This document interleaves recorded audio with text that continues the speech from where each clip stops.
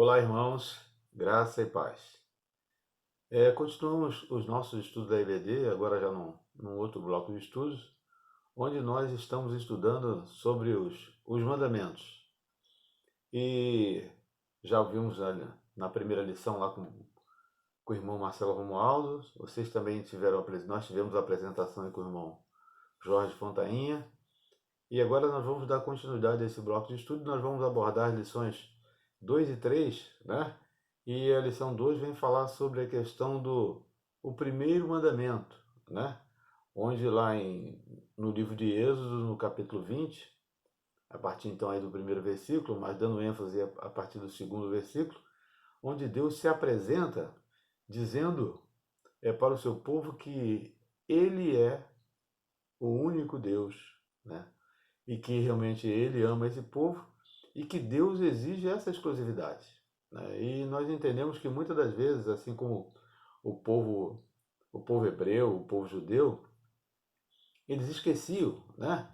E aqui nós vamos ver aqui que nesse livro de Êxodo, logo lá no versículo 2, diz o seguinte: eu sou o Senhor teu Deus que te tirou da terra do Egito, da casa da servidão. Ele está dizendo assim, olha, não esqueçam que nos momentos difíceis, que quem socorreu vocês foi eu que socorri. Sou eu, o seu Deus. Né? E às vezes a gente pode ficar até pensando assim, mas não existem outros deuses? A própria Bíblia diz, o próprio Deus vai dizer que existem outros deuses. Mas ele diz assim, eu sou o seu Deus. Então ele é o nosso Deus, né? Ao qual nós devemos adorar. E o autor vem dizendo aqui nesse segundo estudo, em que Deus precisava normatizar, ou seja, preparar as leis para o povo, para evitar que o povo se contaminasse com outros deuses. E nós vamos ver ao longo da história, chegando até os dias de hoje, que mesmo com todo esse direcionamento, com todo esse cuidado que Deus teve, com todo esse zelo que ele tem pelo seu povo, o seu povo ainda se contamina, né? Com algumas coisas que não devem se contaminar. Ele vai falar que o autor vai fazer uma narrativa aqui ao longo do texto, ele vai dizer até que muitas pessoas às vezes adoram o que comem, o que bebem, o que veste, o que torce o seu próprio time de futebol, ou seja, dividindo a sua adoração com Deus. Mas Deus é categórico, né? Ele diz aqui, eu sou o Senhor teu Deus, né? Ele vai dizer que no grego e lá no hebraico ele vai dizer o seguinte, que eu sou o seu Deus para sempre, né? Ou seja, não tem espaço para mais ninguém, né? A quem vocês deveis adorar sou eu que sou o seu Deus. Lembre-se, né? Vai fazer essa afirmativa aqui. Lembre quando vocês estavam lá escravizados, quando vocês estavam lá no Egito. Fui eu que os libertou.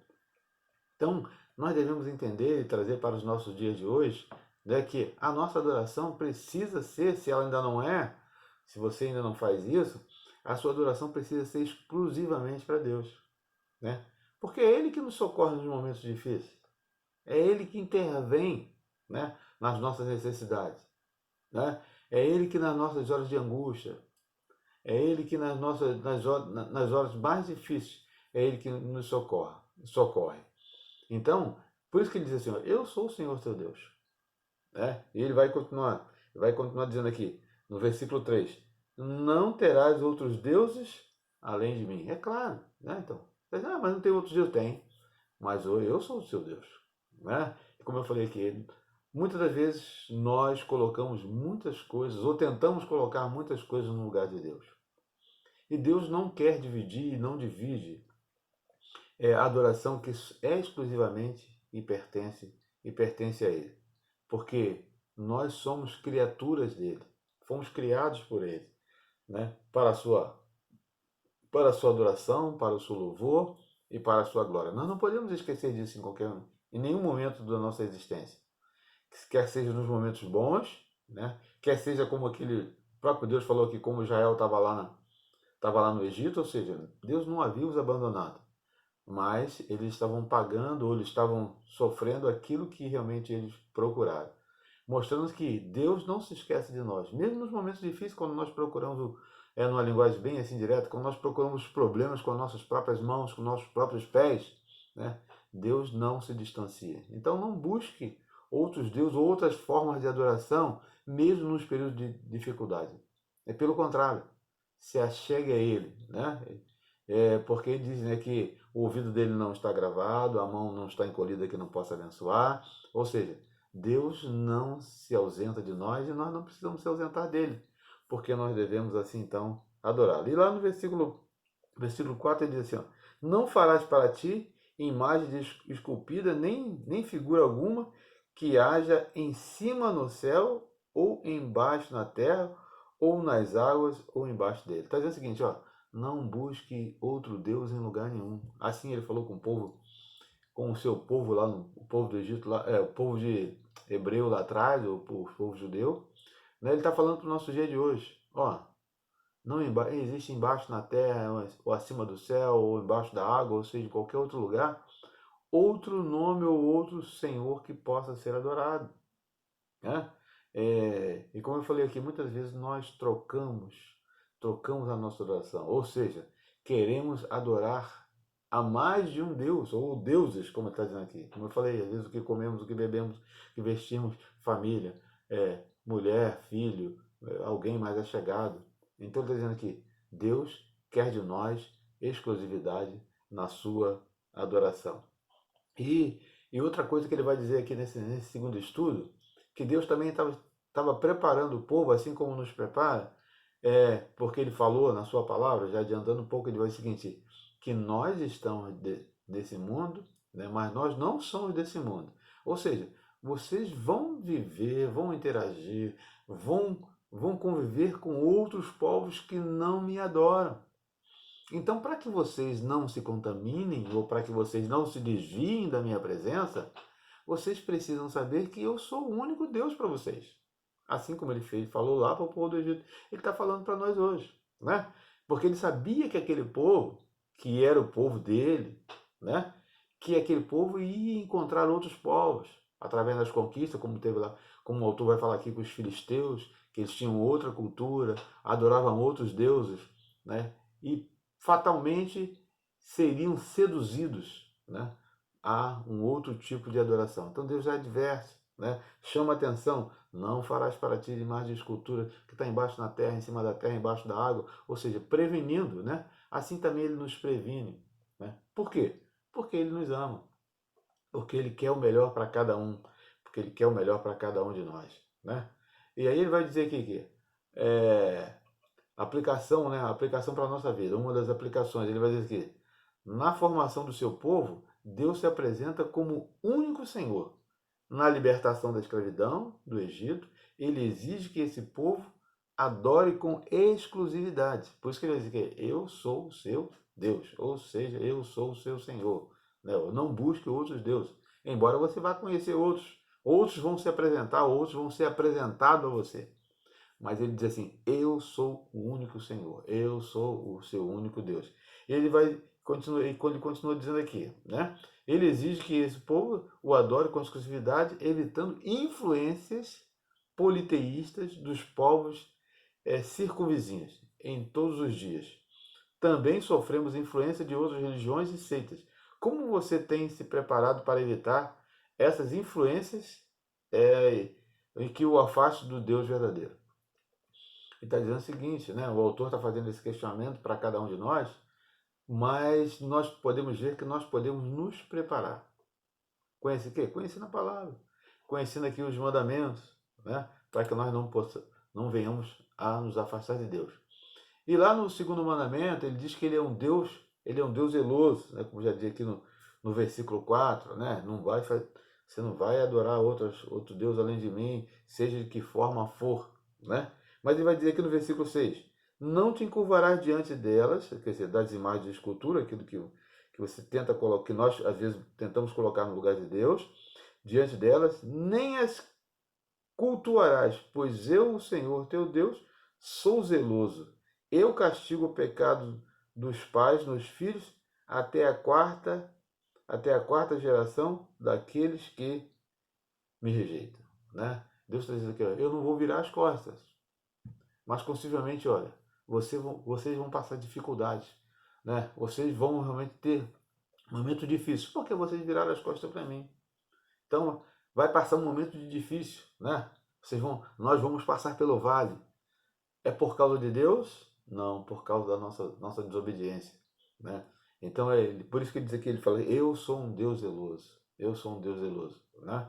E muitas das vezes, muitas pessoas às vezes podem ser punidas pela nossa desobediência. Nós vemos aí muitas vezes, né? Às vezes os pais falando assim, onde foi, onde foi que eu errei, né? Aí os seus filhos são criados fora da igreja, os seus netos são criados fora da igreja. Aí vem o que Deus falou aqui, até a quarta ou quinta geração. Mas por que isso aconteceu? Porque lá atrás, você, né, abriu uma brecha, abriu um precedente. Na hora que você deveria se levar seus filhos para adorar a Deus, você deveria levar os seus netos para adorar a Deus, aí você acha, não, daqui a pouco. Aí eles ainda não entendem, vai chegar a hora, né? E às vezes chega a hora, passa da hora, né? E eles vão sofrer as consequências, e nós também vamos sofrer as consequências. Aí vai falar o que a palavra está falando. Né? A nossa geração, a nossa descendência acaba ficando longe de Deus por nossa culpa. Por nossa culpa. Né? E às vezes aí nós vamos questionar, onde foi que eu errei? Né? Muitas vezes eles vão desviar do caminho. A gente conhece lá a passagem lá do filho pródigo, mas ele sabia, né? Ele sabia, ele conhecia o pai. E como assim nós conhecemos o pai. E quando realmente a semente fica, o filho retorna para casa, para casa do pai. E aí nós vamos ver aqui, como eu falei, ele diz que é um Deus zeloso, mas também ele é um Deus libertador, né? Porque como ele fez lá, tirou o povo da terra do Egito, ele faz também conosco hoje. Quando nós nos posicionamos, quando nós o adoramos, quando nós buscamos a sua presença em espírito e verdade, ele está atento para cada um de nós, né? Ele está olhando para cada um de nós. Então ele está olhando para nossas atitudes, ele está olhando para nossas intercessões, ele está olhando para nossa adoração, né? E ele vai dizer aqui lá no versículo 6, mas eu sou misericordioso, 1000 gerações dos que me amam e me guardam os meus mandamentos, né? Você vê lá no versículo 5, o que ele disse? Eu castigo o pecado dos pais e dos filhos até a terceira e a quarta geração. Aí agora olha só um Deus de benevolente, ou seja, por minha culpa, muitos não estarão na presença de Deus. Ele está dizendo aqui que você é culpado, então que serão castigados, né? Traduzindo pelo que a palavra está dizendo. Mas ele diz aqui logo no versículo 6 em contrapartida, mas eu sou misericordioso, com 1000 gerações dos que me amam e me guardam o meu mandamento. Né? 3 gerações, Deus estava com a mão sobre, mas eles não foram abençoados. Mas ele está dizendo aqui, olha, mas 1000 gerações serão abençoadas. Ou seja, Deus é misericordioso. A misericórdia de Deus não depende de nós. O que depende de nós é a adoração a Deus. Né? Amar esse Deus, estar na presença. Porque ele diz aqui, eu sou um Deus zeloso. Né? Porque ele cuida de nós, ele está conosco em todos os momentos. Né? Assim como nos mandamentos, Deus se revela a nós de forma progressiva para que possamos compreender e nos relacionar com ele. Né? Então Deus, quando ele criou os mandamentos, não foi para ser autoritário ou ser impositivo, mas para que pudesse dar um norte, para que pudesse dar uma direção, para nós sabermos quando nós estamos certos e quando nós estamos errados. Quando nós não temos um parâmetro, nós somos sujeitos, suscetíveis a cometer erros. Né? O próprio Jesus, né, lá no Novo Testamento, ele vai dizer o seguinte, ó, eu acho que vocês não estão entendendo. Então, olha, vamos facilitar o entendimento. Jesus não quebrou as regras, nem aboliu os mandamentos. Ele disse, olha, se você consegue amar a Deus sobre todas as coisas, e o próximo como a ti mesmo, com certeza você vai cumprir todos os mandamentos. Se a gente for fazer uma analogia lá dos 10 mandamentos com o que Jesus falou, vai ver que todos estão encaixados e muito mais dentro disso. Né? Então, é por isso que precisa ser estabelecida uma norma, uma regra, porque de forma natural o homem é desobediente, porque a palavra vai dizer que nós fomos gerados no pecado. Ou seja, a sementinha do erro já está dentro de cada um de nós, ela já está ali, ela já faz parte, né, da nossa genética, já faz parte do nosso dia a dia. Então, se nós não conhecermos as regras, se nós não conhecermos aquilo que é estabelecido para nós seguirmos, fatalmente nós vamos errar, né? E como diz aqui, como Deus é misericordioso, como Ele é bondoso, Ele estabeleceu as regras. Não foi para nos punir, não foi para que ficasse difícil e pesado para cada um de nós. Pelo contrário, para que nós pudéssemos olhar para elas, para que nós possamos interpretar aquilo que Ele escreveu, para que nós possamos ter realmente um entendimento e viver com sinceridade e adorar ao nosso Deus. E ele diz aqui na aplicação da vida. Estudando a história do povo hebreu, encontramos uma progressão em seu relacionamento com Deus. Você tem observado um crescimento em seu relacionamento com Deus? Você tem? Ele é presente. Você pode descrever um? Então, se você adora a Deus, se você ama a Deus, se você não mata, se você não rouba, que desses dos mandamentos, o que você tem feito, né? E o que você pode destacar, né?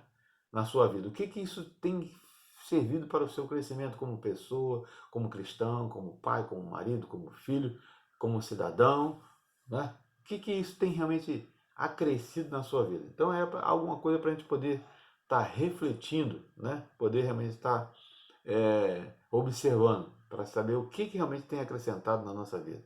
E daqui, quando nos dispomos a ler o segundo mandamento, por vezes nos inclinamos a questionar o que ele tem a ver conosco, né? Ele diz aqui que ele é um Deus, ele diz aqui que ele é um Deus, que é um Deus zeloso e libertador. Então, o que isso tem a ver com a gente, né? O que eu posso observar disso? O que eu posso tirar isso para o meu entendimento? O que isso pode me ajudar na minha vida do dia a dia, né? E ele vai dizer aqui, ó, não construirmos estátuas de outros deuses, não nos curvamos, nenhum falso profeta que promete santidade em troca de dinheiro, assim seguimos pensando em mandamento quando a idolatria não nos diz respeito, né? E hoje, infelizmente, nós vemos muito isso. Muitas pessoas vendendo adoração, comercializando os ensinamentos, né? A minha oração e o meu desejo é que você não, uma linguagem bem popular, não caia nessa. Não procure facilidade, procure Deus. Não procure se beneficiar, procure adorar, né? Não procure, não procure o melhor desse mundo para você, mas procure o melhor de Deus para a sua vida, para que a gente possa. Ele vai falar aqui que quando a gente está buscando verdadeiros adoradores, que buscam o Espírito em verdade, e aquela mulher questionou, mas aonde nós devemos adorar? Quer dizer, não importa, né? Importa que você adore em espírito e verdade, porque ele é um Deus, como diz aqui, ele é um Deus zeloso, ele é um Deus amoroso, ele é um Deus que realmente nos apresenta como ele é e o que nós devemos fazer para ter uma vida de santificação. E ele vai dizer lá embaixo, na conclusão, diz assim, que Deus se revela a nós de forma progressiva, não segundo o mandamento que ele faz, o complemento do primeiro. Ele nos convoca a decisão, a decisão de aceitar tal convocação e estamos compactuados com ele, que nenhuma outra coisa criada ocupe o lugar dele. Desta forma, não haverá confusão com respeito à verdadeira adoração, nós porque nos afastaremos de tudo que diminua a importância de Deus nas nossas vidas, tá? Então é interessante a gente estar pensando nisso, principalmente aqui nesse parágrafo. Ele aceitar tal convocação, estamos compactuando com ele que nenhuma outra coisa criada ocupe o lugar dele. Ele faz que nenhuma, o autor está dizendo aqui, e ele está falando aqui, eu sou o Senhor teu Deus. Não coloque nada no meu lugar, para que você possa. Às vezes a gente coloca alguma desculpa, né? As pessoas colocam alguma desculpa, né? Então, na dúvida, né? Na dúvida, você busca na palavra, né? Então, entenda que os 10 mandamentos, porque foi escrito lá atrás, eles não estão obsoletos. Se você, mesmo assim, se você achar que ele está obsoleto, olhe para as palavras de Jesus, né? Ama a Deus sobre todas as coisas e o próximo como a ti mesmo. E aí você vai ver que tudo que Deus falou lá atrás para o povo dele, que deu aquelas leis para Moisés, está encaixado, né? E você não deve ter desculpas para ter outro tipo de adoração a não ser ao Deus, ao Deus verdadeiro, né? Os 10 mandamentos são a expressão da lei perfeita. A lei, como diz lá em Tiago, né? A lei é perfeita. E o significado dessa perfeição e liberdade se mostra claro, né, nas palavras do salmista abaixo produzido, que ele está falando que é lá no Salmo 119, né, que diz que muita paz tem os que amam a tua lei, e para eles não há tropeço. Está dizendo assim, olha, se você realmente é um adorador, se você realmente ama a Deus, as coisas que você vai fazer, que você vai viver, podem ser difíceis, mas elas não vão te derrubar. Elas podem te abalar, né, para lá e para cá, mas elas não vão te derrubar. No sentido de que eu estou dizendo é de você não sair da presença de Deus, né? Então você pode tropeçar, pode, como dizer assim, orem por mim, estou me sentindo fraco na fé, mas você jamais vai se desviar da presença de Deus. Então pense nisso, viva isso, seja um adorador, né? Observa as leis do Senhor. Então ele diz aqui, vou encerrar aqui dizendo como o salmista diz lá no Salmo 119, é, muita paz tem os que amam a tua lei, para eles não há tropeço. Ou seja, se nós amamos, agora vamos trazer para nós, se nós amamos, né, os mandamentos, aquilo que Deus determinou, a Ele sobre todas as coisas e o próximo a nós mesmos, resumindo aqui em tudo, né, através da liberdade que Ele tem, pelo zelo que Ele tem, pelo amor que Ele tem para cada um de nós, então nós não vamos tropeçar, ou seja, nós não vamos desviar da presença de Deus. Então, se a paz de Deus está no seu coração, você observa o que a palavra dele diz, com certeza você vai viver uma vida de adorador. Você vai viver realmente agradando ao Senhor, porque Ele é zeloso, Ele é misericordioso, Ele é amoroso. Então que Deus assim nos abençoe, que essa palavra possa ser aplicada ao meu coração e ao seu coração. Graça e paz.